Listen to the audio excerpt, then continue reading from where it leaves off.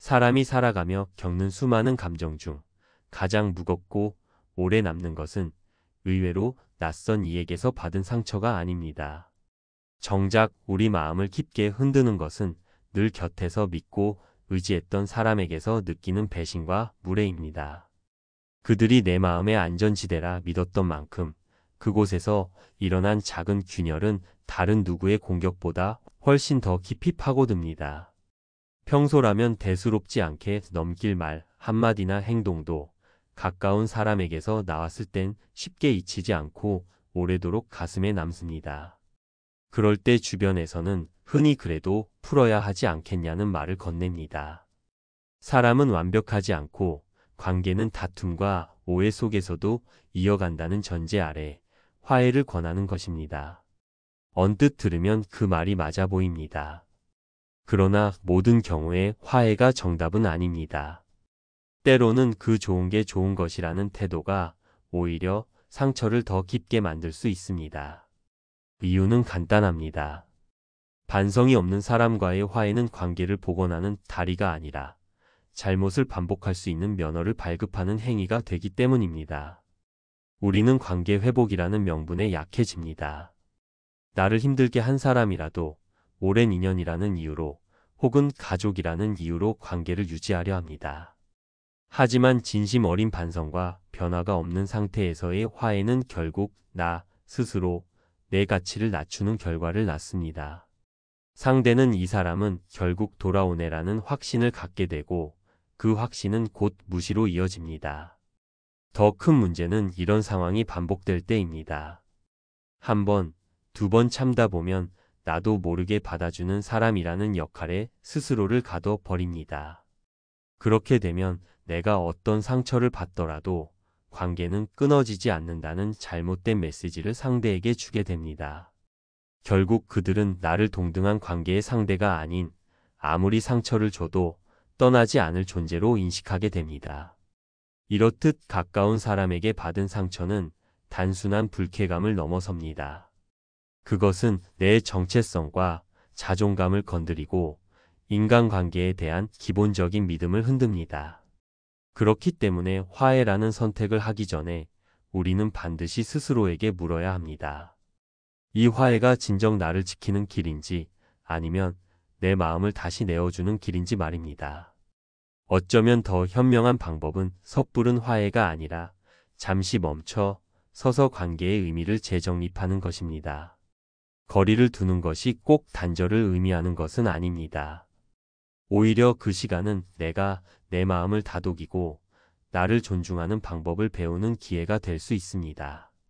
가까운 사람일수록 경계가 필요하다는 사실은 수많은 인간관계의 경험과 심리학 연구가 이미 말해주고 있습니다. 결국 중요한 것은 화해 자체가 아닙니다. 나를 지키고 상대가 나를 함부로 대할 수 없도록 만드는 태도입니다. 이것이 갖춰져야만 화해든 거리두기든 그 어떤 선택도 나에게 이익이 되는 방향으로 작용합니다. 그리고 그 시작은 가까운 사람의 상처 앞에서도 내 가치를 지키겠다는 결심에서 비롯됩니다. 젊은 시절부터 돈독한 관계를 유지해온 한 중년 여성이 있었습니다. 그녀와 친구의 사이는 서로의 가족사와 속마음까지 나누는 가까운 사이였고 주변에서도 부러워할 만큼 오랜 인연을 이어왔습니다. 그러나 그 오랜 믿음은 단 한 사건으로 무너졌습니다. 친구가 급하게 돈이 필요하다며 도움을 요청했고 그녀는 아무 망설임 없이 큰 금액을 빌려주었습니다. 하지만 약속했던 기한이 지나도 돈은 돌아오지 않았습니다. 연락을 하면 조금만 더 기다려 달라는 말뿐이었죠. 더 큰 충격은 그 다음에 찾아왔습니다. 우연히 다른 지인을 통해 그 친구가 자신을 험담하고 다녔다는 사실을 들은 겁니다. 자신을 도와준 사람을 뒤에서 흉보는 그 배신감은 이루 말할 수 없었습니다. 며칠 동안 잠을 이루지 못하고 분노와 허탈함이 뒤섞인 날들이 이어졌습니다. 그럼에도 불구하고 그녀는 오랜 세월 쌓아온 우정을 완전히 버릴 수 없었습니다. 그래, 사람에게 한 번쯤은 기회를 줘야 하지 않나 하는 생각이 들었고 스스로 마음을 다잡으며 친구에게 먼저 연락을 했습니다. 그 과정에서 자존심은 내려놓고 다시 예전처럼 지내자는 화해의 손을 내밀었습니다. 그러나 그 선택이 어떤 결과를 가져올지 그땐 알지 못했습니다. 잠시나마 관계가 회복되는 듯 했지만 시간이 조금 지나자 친구의 태도는 다시 예전으로 돌아갔습니다. 빌린 돈은 여전히 돌려주지 않았고 사소한 대화 속에서도 은근히 무시하는 말투가 느껴졌습니다. 심지어 또 다른 사람들에게 그녀를 깎아내리는 이야기를 하고 다니는 정황도 들려왔습니다. 그녀는 그제야 깨달았습니다.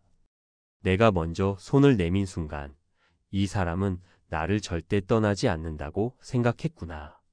화해가 진심 어린 반성을 이끌어내기는커녕 오히려 자신을 더 가볍게 여기게 만든 것이었습니다. 속으로는 여전히 용서하지 못한 마음이 남아 있었고 관계를 이어가려 했던 노력조차 허무하게 느껴졌습니다. 이 경험은 그녀에게 중요한 교훈을 남겼습니다. 오래된 인연이라고 해서 무조건 다시 붙잡아야 하는 것은 아니며 특히 상대가 잘못을 인정하지 않고 행동을 바꾸지 않을 때는 화해가 관계 회복이 아니라 자기 가치를 깎아내리는 길이 될 수 있다는 것입니다. 그녀는 이후로 다시는 진심이 없는 사람에게 먼저 손을 내밀지 않겠다고 다짐했습니다. 그리고 자신의 마음을 지키는 경계가 무엇보다 중요하다는 사실을 깊이 깨달았습니다. 가까운 관계에서 상처를 받으면 우리는 종종 관계를 회복해야 한다는 압박을 느낍니다. 오랜 인연과 추억, 그리고 불편함을 피하고 싶은 마음이 뒤섞여서 스스로 상처를 충분히 소화하기도 전에 손을 내밀어 버리죠. 그러나 이런 성급한 화해는 생각보다 더 큰 위험을 안고 있습니다. 문제를 해결하기는커녕 오히려 내 위치를 약하게 만들고 상대에게 잘못된 신호를 줄 수 있기 때문입니다. 관계에서 경계가 무너진 상태에서 화해를 시도하면 상대는 그 행위를 용서나 기회로 받아들이기보다 언제든 돌아올 사람이라는 확신으로 해석할 수 있습니다. 이는 심리학적으로 매우 흔한 패턴입니다. 사람은 한번 쉽게 풀리는 관계를 경험하면 그 다음에도 비슷한 상황에서 죄책감이나 반성 대신 익숙한 안도감을 느끼게 됩니다. 즉, 어차피 용서할 거잖아 라는 무의식이 자리 잡는 것이죠. 더 큰 문제는 이런 반복이 내 자존감과 자기 가치관에 직접적인 타격을 준다는 점입니다.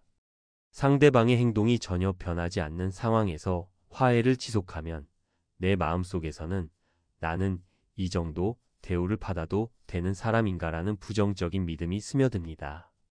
이렇게 축적된 자기의심은 결국 스스로를 더 취약한 위치로 몰아넣고 다음번 상처에도 제대로 대응하지 못하게 만듭니다. 또한 무조건적인 화해는 갈등의 본질을 흐립니다. 진정한 관계 회복은 잘못을 인정하고 상호 존중을 회복하는 과정에서만 가능합니다. 그러나 사과나 반성이 없는 상태에서 화해를 해버리면 그 순간 잘못은 더 이상 이야기할 필요 없는 일로 묻히게 됩니다. 겉으로는 평화가 유지되는 듯 보이지만 내면에는 해결되지 않은 상처와 불신이 그대로 남아있게 됩니다. 이런 이유로 무조건적인 화해는 결코 관계를 안정시키는 만능 열쇠가 아닙니다. 오히려 잘못을 저질러도 괜찮다는 무언의 허가를 주는 셈이 됩니다. 특히 후회할 줄 모르는 사람이나 자기 중심적인 성향이 강한 사람에게 이런 허용은 관계를 더욱 불균형하게 만들 수 있습니다. 따라서 상처를 받은 직후에는 화해를 서두르기보다 우선 내 감정을 점검하고 상대방의 태도를 관찰하는 것이 필요합니다. 그 과정에서 상대가 진심으로 변화를 원하고 있는지, 나를 존중할 의지가 있는지 분명히 확인해야 합니다. 그래야만 내가 건네는 용서가 힘을 가지며 관계도 건강하게 회복될 수 있습니다.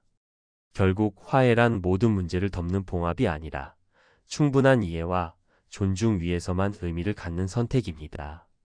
은퇴 후 한적한 동네에서 지내던 한 남성은 오랜만에 여유로운 일상을 즐기며 주변 이웃들과도 좋은 관계를 이어가고 있었습니다. 그는 정이 많고 사람들과 어울리는 것을 좋아하여 자연스럽게 동네 모임에도 자주 나갔습니다. 처음에는 모두가 그를 따뜻하게 맞이했고 그는 그 중에서도 한 이웃과 특히 친밀해졌습니다. 서로 집을 오가며 식사를 나누고 장을 보러 가거나 크고 작은 일을 도와주는 등 거의 가족처럼 지냈습니다. 하지만 시간이 지나면서 그 관계는 서서히 변질되기 시작하였습니다. 그는 어느 날 우연히 자신이 없는 자리에서 그 이웃이 자신에 대해 좋지 않은 이야기를 하고 다닌다는 소문을 들었습니다. 처음엔 믿기 어려웠습니다. 설마 그 사람이 내가 그렇게 믿었던 사람인데라는 생각이 머릿속을 맴돌았습니다. 하지만 다른 지인들에게서 같은 이야기를 반복해서 듣게 되자 부정할 수 없는 사실이 되었습니다. 그날 이후 그는 마음이 무겁고 답답하였습니다. 무엇이 문제였는지, 자신이 알지 못하는 실수를 한 것은 아닌지 밤마다 곱씹었습니다. 속은 쓰리고 분노도 치밀었지만 한편으로는 오랜 인연을 완전히 끊어버리는 것이 옳은 일인지 갈등이 깊어졌습니다. 주변 사람들은 그에게 괜히 감정 상하지 말고 그냥 넘어가라.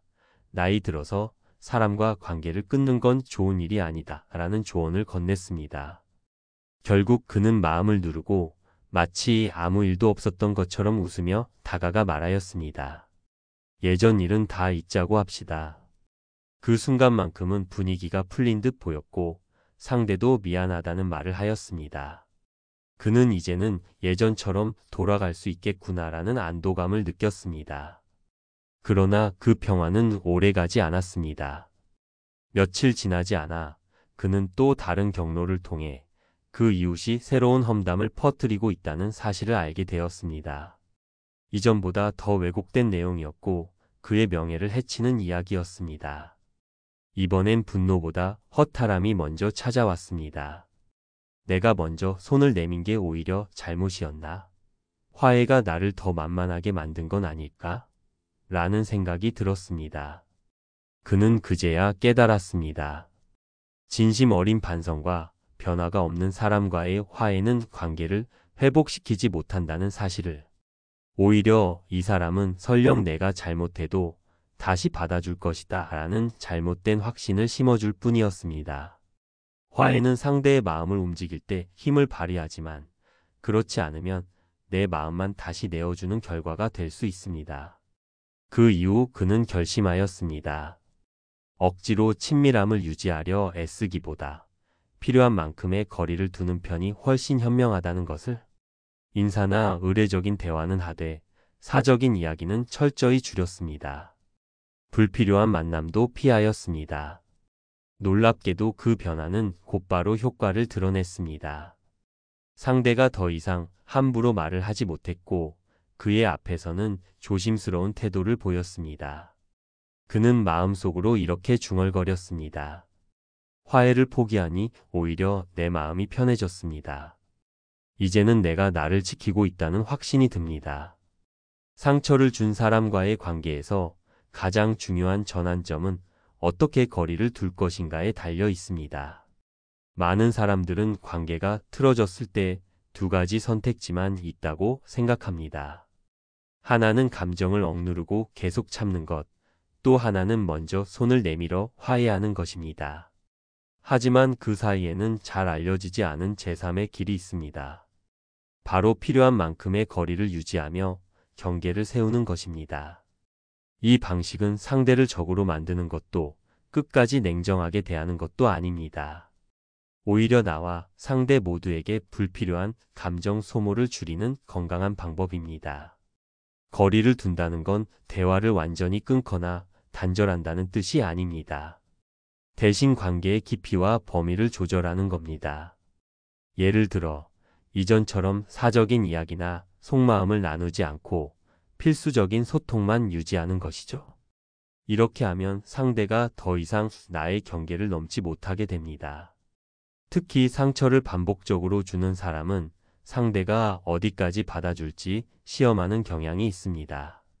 그 시험에 매번 응해주면 결국 나를 함부로 대해도 괜찮다는 잘못된 학습이 자리 잡습니다. 반면 분명한 선을 긋고 그 선을 일관되게 지켜나가면 상대는 예전처럼 가볍게 대할 수 없게 됩니다. 심리학에서는 이를 관계의 재구성이라고 부릅니다. 경계를 설정하고 거리를 두는 순간 관계의 규칙이 새롭게 정의됩니다. 여기서 핵심은 감정을 폭발시키지 않고 차분한 태도를 유지하는 것입니다. 화를 내며 선을 긋는 방식은 오히려 불필요한 갈등을 키울 수 있습니다. 하지만 담담하게, 그러나 확실하게 경계를 유지하는 모습은 상대에게 강력한 메시지를 전달합니다. 흥미로운 점은 이런 태도가 시간이 지날수록 상대의 행동 변화를 유도한다는 사실입니다. 처음엔 왜 저렇게 변했지? 라는 반응을 보일 수 있지만 점점 이제는 함부로 하면 안 되겠구나라는 깨달음을 갖게 됩니다. 결국 나를 대하는 태도가 조심스러워지고 존중이 깃들게 되는 것이죠. 이 과정은 단순히 한 사람과의 관계를 바꾸는 데 그치지 않습니다. 나 자신에 대한 인식까지 변화시킵니다. 거리를 두는 훈련을 하다 보면 불필요하게 감정을 소모하는 관계를 줄이고 나를 진심으로 존중하는 사람과 더 깊은 연결을 맺게 됩니다. 결국 거리두기는 상처 준 사람을 벌주기 위한 수단이 아니라 나를 지키고 더 건강한 인간관계를 선택하기 위한 지혜로운 전략입니다. 우리가 사람과 관계를 맺는 과정에서 중요한 것은 단순히 친절을 베푸는 것이 아니라 나 자신을 어떻게 대하는가입니다. 자신을 존중하지 않으면 타인 역시 나를 대하는 태도에서 가벼움을 드러내게 마련입니다. 특히 상처를 주고도 반성하지 않는 사람과 억지로 관계를 회복하려는 행동은 무의식적으로 이 사람은 아무리 해도 곁을 떠나지 않는다는 확신을 심어줄 수 있습니다. 그 결과 관계는 회복되기는커녕 오히려 더 큰 무례와 무시로 이어질 가능성이 높습니다. 사람은 대체로 경계가 분명한 상대를 함부로 대하지 못합니다. 여기까지라는 선을 지키는 모습은 단호함과 일관성을 보여주며 상대방이 내 행동 반경을 존중하도록 만듭니다. 반대로 그 선을 무너뜨리면 상대는 그 틈을 반복해서 이용합니다. 이는 인간관계에서 일관성의 힘이 얼마나 중요한지를 보여주는 사례이기도 합니다. 또한 경계 설정은 결코 차가움이나 냉정함의 표시가 아닙니다. 오히려 진정한 배려와 건강한 관계의 전제 조건입니다. 나를 지킬 줄 아는 사람만이 타인에게도 진심 어린 친절을 건넬 수 있습니다. 마음의 울타리가 허술하면 내 감정이 쉽게 소모되고 결국 상대를 대하는 태도에서도 피로감과 억울함이 묻어납니다. 하지만 나를 존중하는 경계를 세우면 내 감정은 안정되고 그 안에서 여유와 온기가 자연스럽게 흘러나옵니다. 더불어 용서는 분명 인간관계에서 중요한 덕목이지만 모든 상황에서 무조건적으로 발휘되어야 하는 것은 아닙니다. 자신을 깎아내리는 형태의 용서는 오히려 관계를 왜곡시키고 상대에게 잘못된 권리를 부여합니다. 용서가 진정한 힘을 발휘하려면 그 바탕에 나 자신을 지키고 존중하는 태도가 깔려 있어야 합니다. 결국 상처를 준 사람과의 관계에서 가장 현명한 선택은 상대를 변화시키겠다는 집착이 아니라 내 위치를 잃지 않는 단단함입니다. 이는 복수도 고집도 아닌 자기 보존입니다. 마음을 소모하지 않으면서도 관계의 균형을 유지하는 방법이며 동시에 상대방이 나를 함부로 대하지 못하도록 하는 가장 강력한 방패입니다. 나를 존중하는 태도는 단기적으로는 거리를 두는 것처럼 보이지만 장기적으로는 관계의 질을 바꾸고 나를 귀하게 만드는 핵심 원동력입니다. 타인의 행동을 바꾸려 애쓰는 것보다 나의 경계와 가치를 지키는 데 집중할 때 비로소 상대도 그에 맞춰 태도를 조정하게 됩니다. 이 원칙은 친구, 가족, 동료, 배우자 등 모든 관계에 동일하게 적용됩니다. 결국 건강한 인간관계의 시작과 끝은 나 자신을 어떻게 대하는가에서 결정됩니다. 한 여성은 평생 가족을 위해 자신을 뒤로 미루며 살아왔습니다. 남편과 자녀들이 원하는 대로 살림을 꾸리고 집안의 필요를 우선하며 자신의 마음과 욕구는 늘 접어두었습니다. 그렇게 수십 년이 흐르자 가족들에게 그녀의 헌신은 당연한 것이 되어버렸습니다. 말 한마디에 담긴 무심함과 사소한 행동에 깃든 무례함이 점점 그녀의 마음을 갉아먹었습니다. 처음에는 서운함을 삼키고 애써 웃었지만 시간이 지날수록 상처는 깊어졌습니다. 어느 날 그녀는 깨달았습니다. 이대로는 안 되겠다. 내 마음을 존중하지 않는 관계에 더는 나를 내어주지 않겠다. 그날 이후 그녀는 예전처럼 무조건 화해의 손을 내밀지 않았습니다. 감정을 상하게 하는 말에는 더 이상 맞장 구치지 않았고 필요 이상의 대화를 줄였습니다. 식탁에서도 필요한 말만 나누고 시간을 일부러 혼자 쓰며 자신만의 일과를 만들었습니다.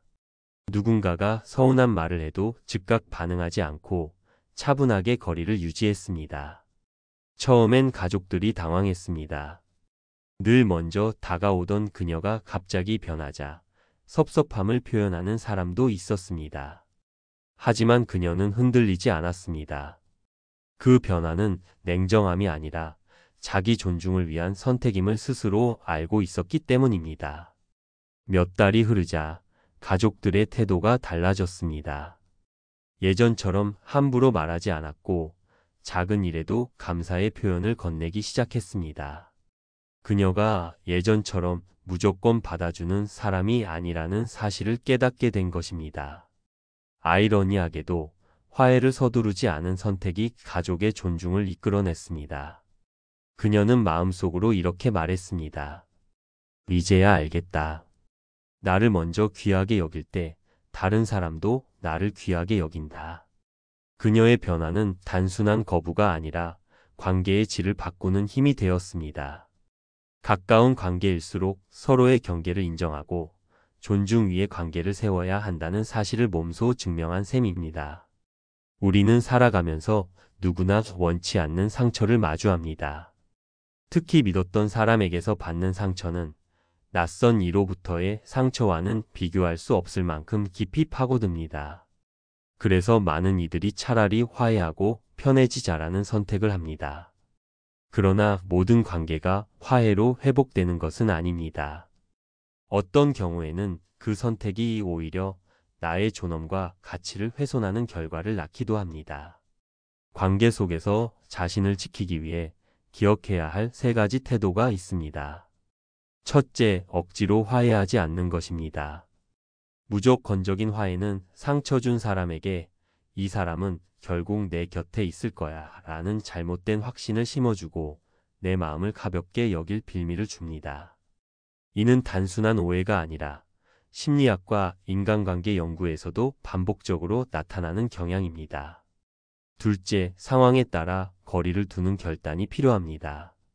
이는 미움이나 복수의 방식이 아니라 내 감정을 보호하고 관계의 경계를 명확히 하기 위한 전략입니다. 거리를 두면 상대는 더 이상 나를 함부로 대할 수 없게 되고 오히려 나를 존중해야 한다는 메시지를 받게 됩니다. 이 과정에서 중요한 것은 감정적으로 폭발하거나 적대적인 태도를 보이는 것이 아니라 차분하고 일관된 행동으로 선을 지키는 것입니다. 셋째, 나 자신을 존중하는 모습을 실제로 보여주는 것입니다. 내 감정을 소홀히 대하는 사람에게 무조건적인 용서를 베풀기보다 스스로를 귀하게 여기는 태도를 행동으로 드러내야 합니다. 내가 나를 어떻게 대하는지가 곧 타인이 나를 대하는 기준이 되기 때문입니다. 철학자와 심리학자들이 공통적으로 말하는 것처럼 자기 존중은 건강한 관계의 출발점이자 유지 조건입니다. 결국 상처 준 사람에게 화해를 강요받을 때 그것이 진정 나를 위한 선택인지 먼저 스스로에게 물어야 합니다. 때로는 화해를 미루거나 거절하는 것이 관계를 망치는 것이 아니라 오히려 나를 지키고 관계의 질을 바꾸는 출발점이 될 수 있습니다. 내 마음을 지키는 이 결단은 차갑거나 이기적인 것이 아니라 스스로를 지켜내는 가장 따뜻하고 성숙한 방식입니다.